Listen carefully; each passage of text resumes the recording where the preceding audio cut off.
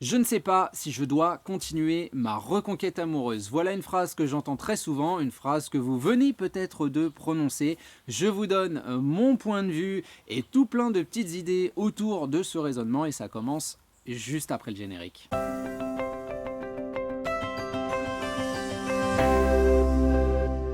Salut à vous, c'est Jean-Baptiste de jbmrc.com, ravi de vous retrouver aujourd'hui pour continuer nos réflexions autour de votre reconquête amoureuse.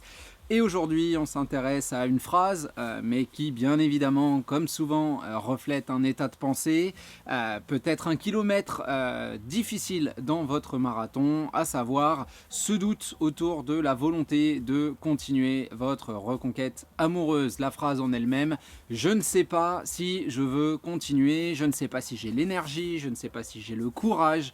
Bien évidemment, il y a du temps qui se passe, il y a des efforts qui sont fournis et si, comme je viens de le faire, je compare la reconquête amoureuse à un marathon, on comprend que ça va tirer un petit peu sur les muscles, qu'on est dans un processus qui est épuisant, qui est lassant, où les résultats que vous obtenez ne sont pas toujours à la hauteur de vos espérances, tout simplement parce que l'impatience est présente et que on vit dans une société où tout va à 2000 à l'heure, donc on veut des résultats rapides. On sait qu'on parle de l'homme ou de la femme de sa vie.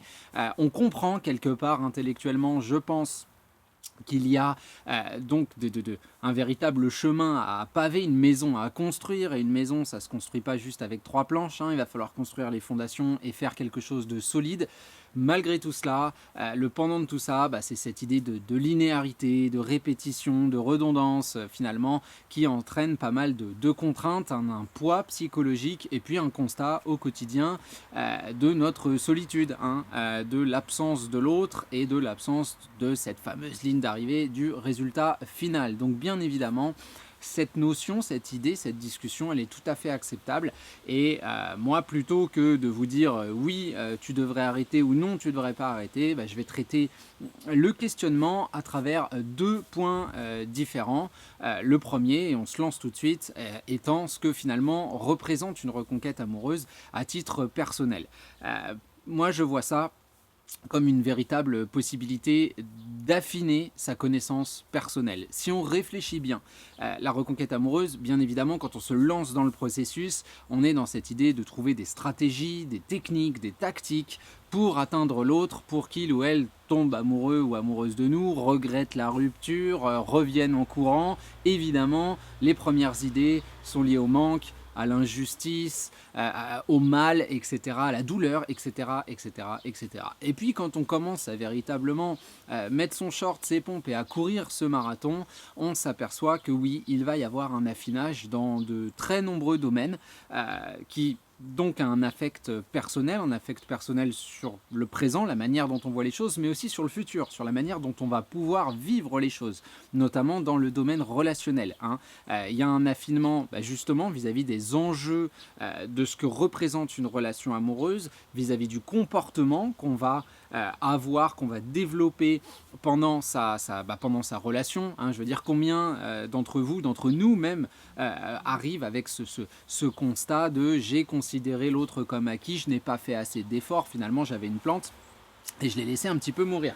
D'ailleurs, vous voyez, celle-là, je ne l'ai pas super arrosée. Et qu'est-ce qui se passe? Elle commence à faire la tronche. Donc, on sait que le couple, la relation amoureuse, relève de cette idée de finalement l'effort permanent, de finalement l'entente permanente. Donc, on est bien dans une vision qui affine, finalement, j'ai envie de dire, votre relationnel. Et puis aussi et surtout, la vision du couple. Ce que vous voulez d'un couple. Hein, c'est souvent au moment où on perd quelque chose qu'on se rend compte de véritablement ce qu'on veut. Et puis au fur et à mesure des étapes et de la difficulté, que là aussi vous allez vous affiner sur l'idée de est-ce que véritablement c'est mon ex que je veux, est-ce que je suis dans cette espèce d'obsession, ou est-ce que finalement je prends conscience que je veux, comme on dit souvent, passer à autre chose, même si moi tous les termes génériques comme ça j'ai un petit peu du mal, mais où bah, y a une absence de correspondance, je veux plus du tout être dans cette logique-là, etc., etc.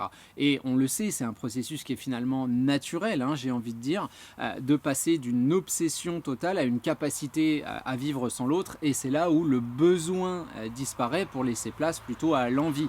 Et je vois très souvent, hein, si vous voulez, une espèce de montagne russe où les personnes sont extrêmement motivées au début, et puis il y a un pic qui redescend complètement, où on se dit j'y arriverai jamais, ça me saoule, etc., etc., où on commence véritablement par la force des choses, j'ai envie de dire, à se focaliser sur soi, sur son changement perso, sur les relations qu'on a autour de nous.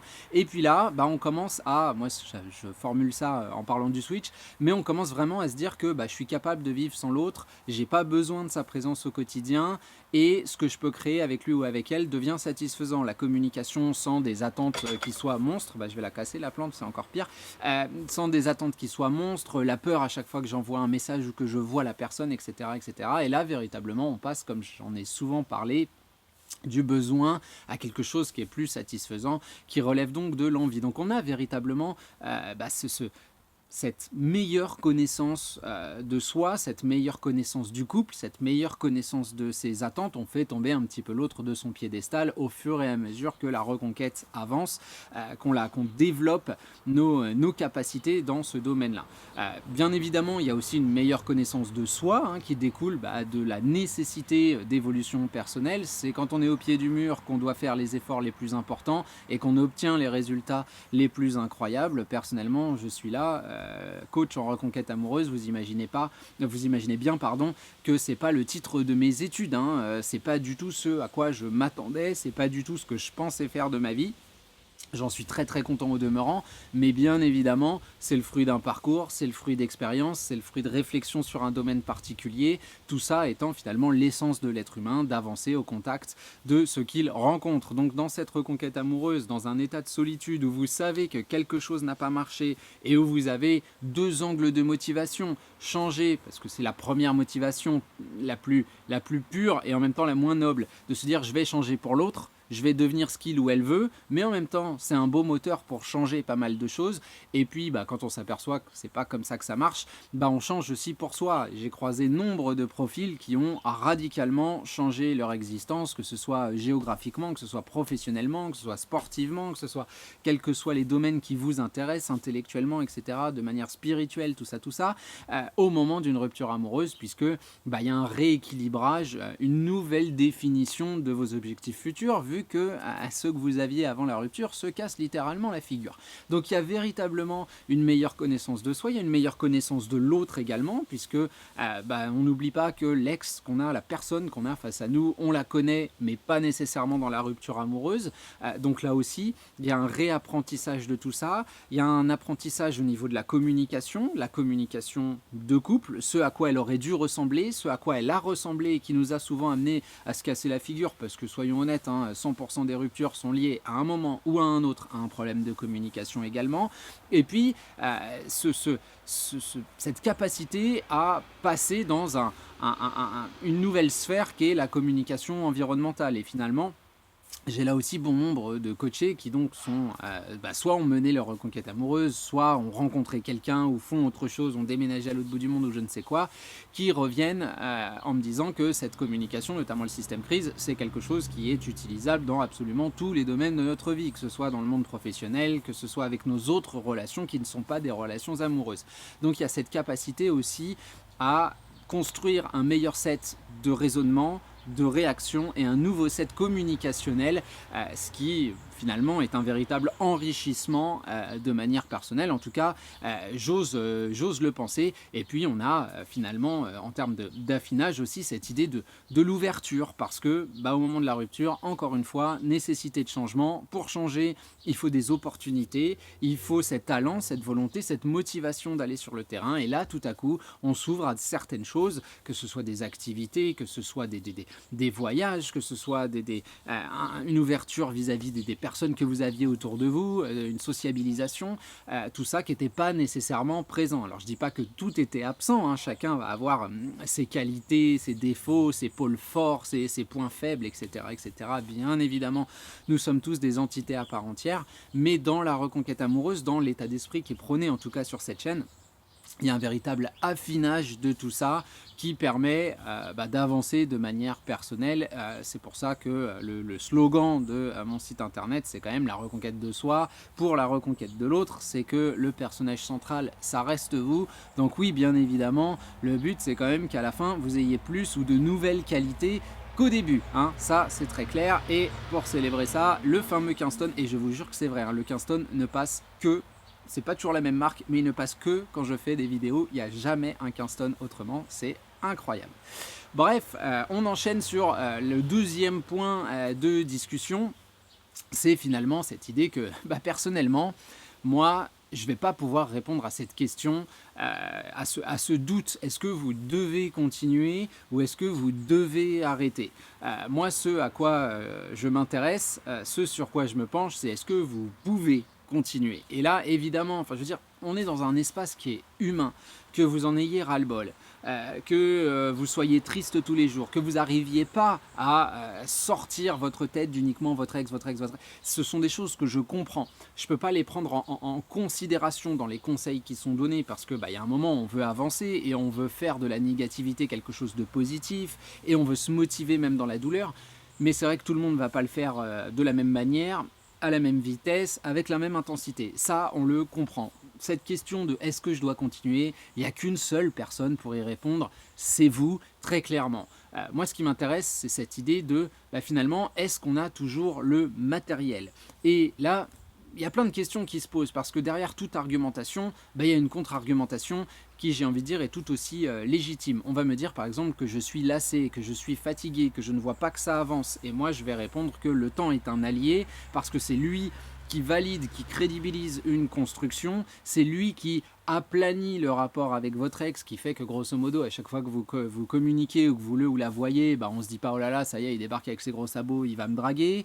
Et puis il y a cette idée aussi que beaucoup de gens m'avancent, et celle dont je parlais juste avant dans l'affinage de la connaissance de l'autre, cette idée que on se correspond pas plus forcément. Moi, j'avance plus vite que la personne que j'ai face à moi parce qu'elle a fait un choix pour s'octroyer du temps, pour je ne sais pas quoi faire plus de sport par exemple. Aujourd'hui, il fait juste plus de sport, mais c'est tout. Le reste de sa personnalité, c'est peut-être même en downgrade par rapport à avant, donc on se correspond plus, etc. Ce que j'entends, ce que je comprends, etc. Maintenant, faut pas oublier que la beauté des relations humaines, c'est que plus elles se fortifient, plus on se rapproche de quelqu'un, plus il va y avoir, si vous voulez, d'interconnexion, et plus on va s'influencer l'un l'autre. Évidemment qu'on n'apprend pas tout seul, il nous faut des professeurs, des exemples, des gens avec qui on est en interaction. C'est la même chose dans une reconquête et dans un couple. C'est cette idée que si vous menez votre reconquête à bien et que vous avez beaucoup plus changé que votre ex, il y a des chances que ce changement ait un impact sur votre ex, peut-être plus au moment où vous êtes en couple qu'au moment où vous êtes en rupture amoureuse, ce qui paraît aussi important. Mais attention, n'y voyez pas là une volonté de vous convaincre de continuer. Moi, je pose la question objective de me demander si on peut continuer, parce que encore une fois, la volonté est quelque chose d'extrêmement personnel, et je suis absolument personne, je parle souvent de légitimité, je n'ai pas la légitimité d'essayer de vous convaincre, c'est à vous de prendre une décision. Donc on a cette idée que le temps est finalement un allié, que mon ex peut changer même s'il ne l'a pas fait aussi vite que moi au cours de la relation, et puis y a tout le terrain matériel. Je veux dire, interrogeons-nous sur la possibilité de communiquer, la possibilité de se revoir, bien évidemment.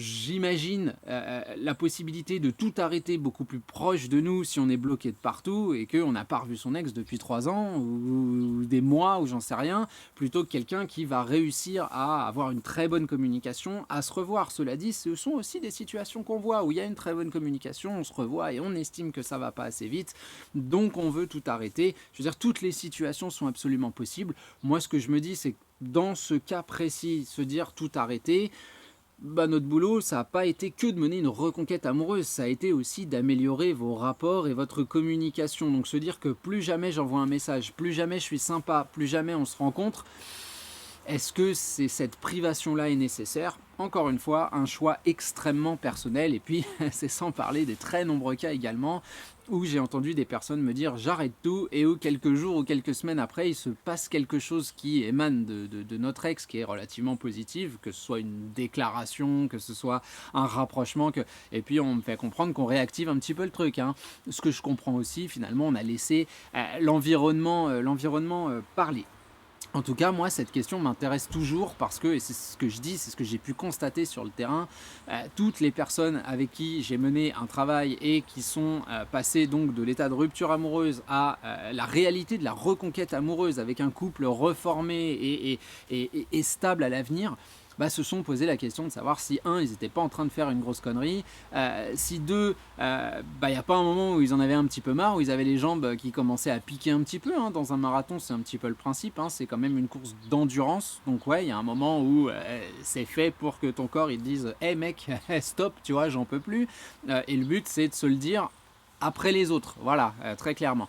Donc nous, il y a cette idée-là où cette question a toujours été finalement un des piliers pour moi, quelque chose d'extrêmement naturel, extrêmement compréhensible. C'est pas une preuve ni de faiblesse, ni de lâcheté, ni d'incapacité, etc. Comme on peut parfois s'infliger ce type de raisonnement. Moi, je trouve ça dommage.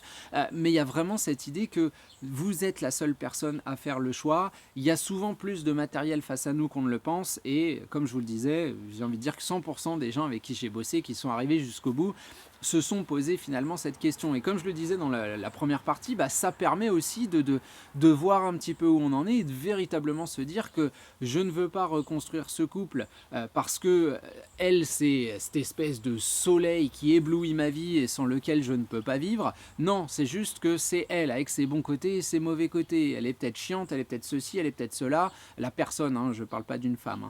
Hein. Mais je l'accepte et c'est ça que je veux et je le vis de telle ou telle manière en m'y adaptant, etc., etc. Quand je parle d'affinage, on est véritablement dans cette idée. En tout cas, pour moi, la réussite d'une reconquête amoureuse n'a jamais été la nécessité absolue qu'on peut avoir au début, hein, bien évidemment, mais de reconstruire un couple avec la personne, pour moi, c'est le fait d'arriver à un choix en pleine conscience, de se dire, voilà, j'ai le matériel pour continuer à communiquer, pour continuer à se voir, pour travailler cette boule d'énergie, j'ai envie de dire pratiquement au quotidien.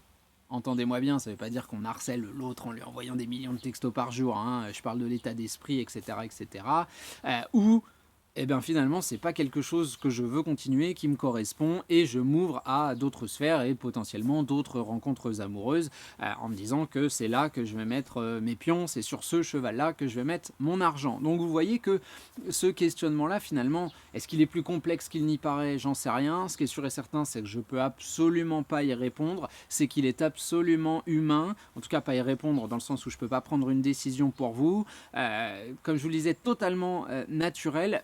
N'oublions pas ce qu'est une reconquête amoureuse et posez-vous la question de savoir si vous pouvez continuer, et c'est peut-être aussi ça qui vous donnera la réponse si vous voulez continuer. Mais encore une fois, c'est pas nécessairement un échec de se dire que j'ai déployé beaucoup d'efforts aujourd'hui.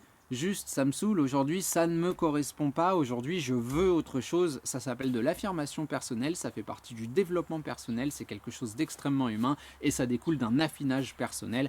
Donc finalement, de cette reconquête, peut-être pas amoureuse pour le coup, qui sera une reconquête personnelle, mais c'est quelque chose de finalement très beau et très noble. Voilà, j'espère que la vidéo du jour vous parle. Comme d'habitude, vous n'hésitez pas, le pouce bleu, la petite cloche, l'abonnement, etc., etc.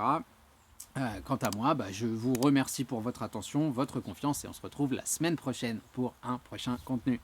Salut à vous!